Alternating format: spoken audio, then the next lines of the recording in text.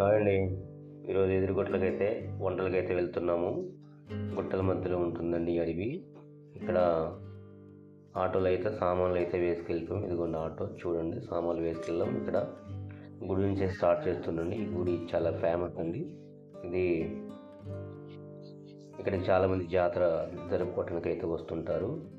ఇక్కడ బాగా లేట్ అయిపోయినందున పొయ్యి మీద అయితే ఒక పక్క పప్పు వేసాను, ఒక పక్క సాంబార్ వండేసాను. తర్వాత మటన్కి అయితే ప్రిపేర్ చేస్తున్నానండి. మటన్ కొట్టే అతను కొడుతూ ఉన్నాడు. మటన్ అయితే ప్రిపేర్ చేశాను.